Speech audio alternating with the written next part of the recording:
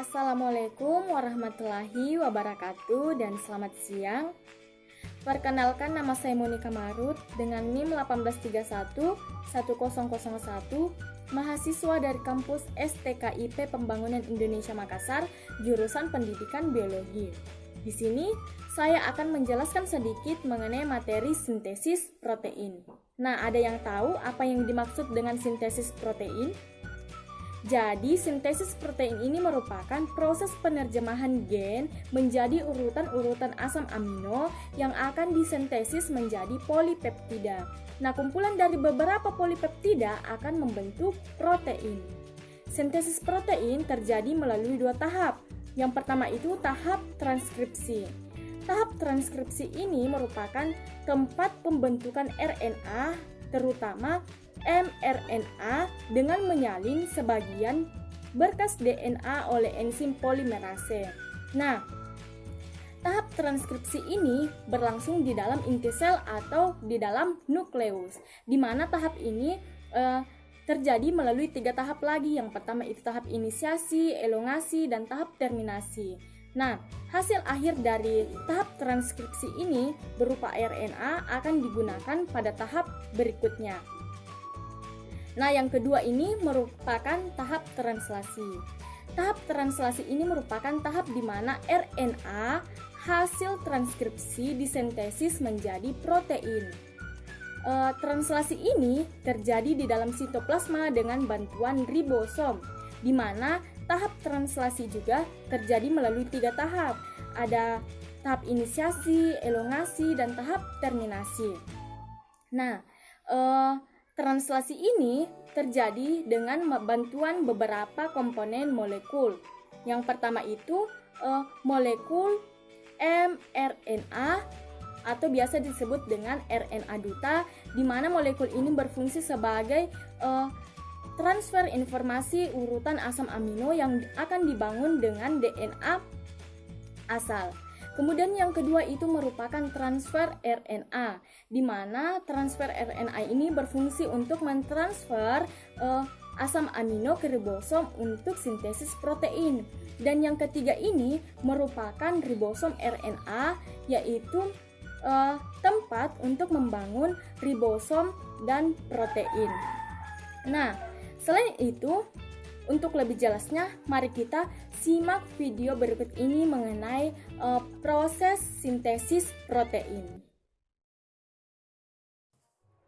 Agar tubuh kita berfungsi, maka kita harus membutuhkan asupan, di mana makanan yang kita makan akan merespon peningkatan jumlah gula di dalam darah, yaitu dengan melepaskan insulin berupa protein kecil.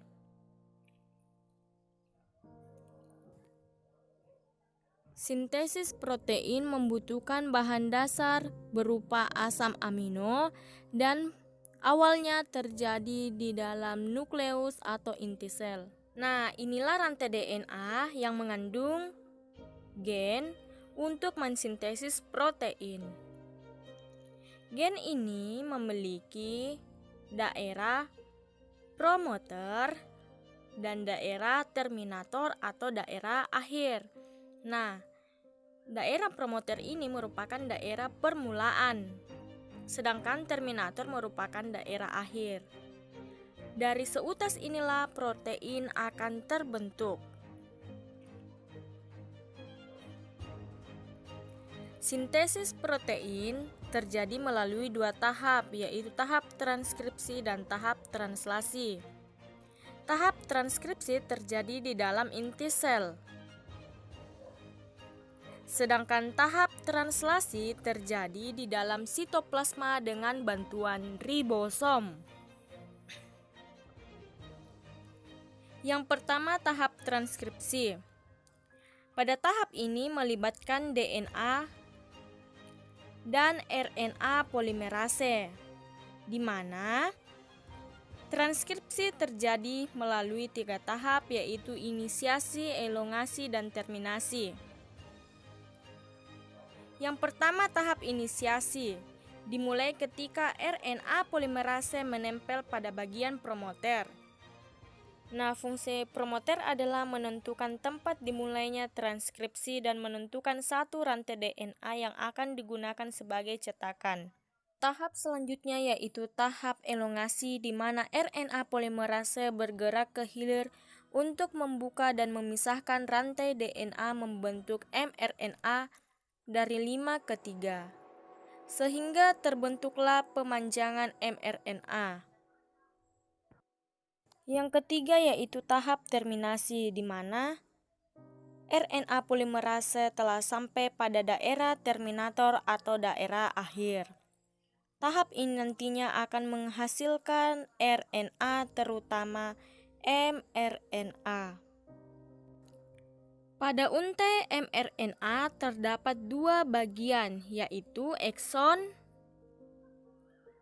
dan introns, di mana intron ini berfungsi sebagai stabilisator ketiga transkripsi, sedangkan ekson berfungsi sebagai RNA pengkode. Karena intron lebih panjang, maka harus dipotong oleh kompleks enzim yang disebut spesiosom.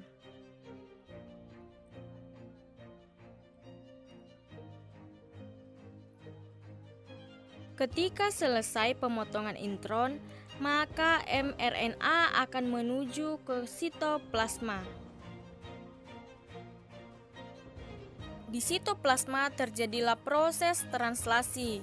Inilah proses translasi mRNA menentukan kodon.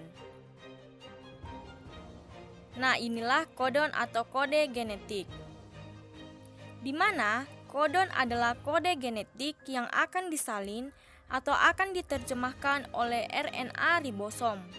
Pada video ini ada titik kodon start dan kodon stop. Di sini ada titik kodon start, di mana titik ini akan mengawali pembentukan atau penerjemahan asam amino. Pada tahap ini, ribosom kecil akan mengikatkan diri dengan mRNA dan rRNA. Inilah proses inisiasi. Nah, pada tahap ini, antikodon akan melekat dengan kodon.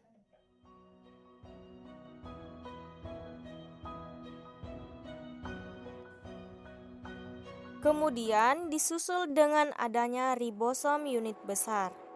Maka lengkaplah inisiasi pada ribosom unit besar.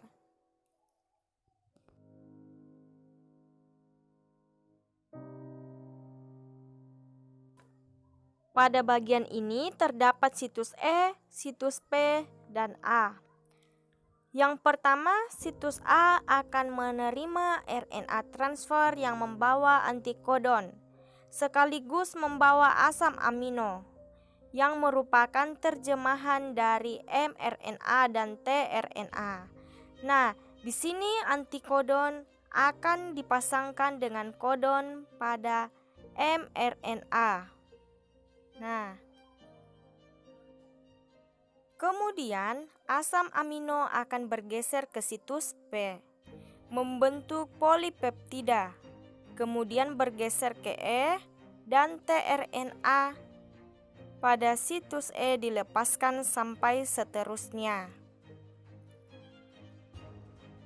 Nah, sehingga membentuk polipeptida.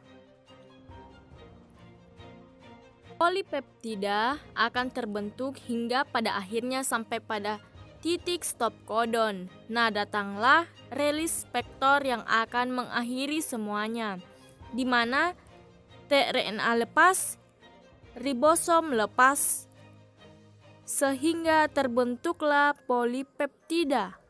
Nah, polipeptida ini kemudian akan masuk ke dalam tubuh kita menjadi protein.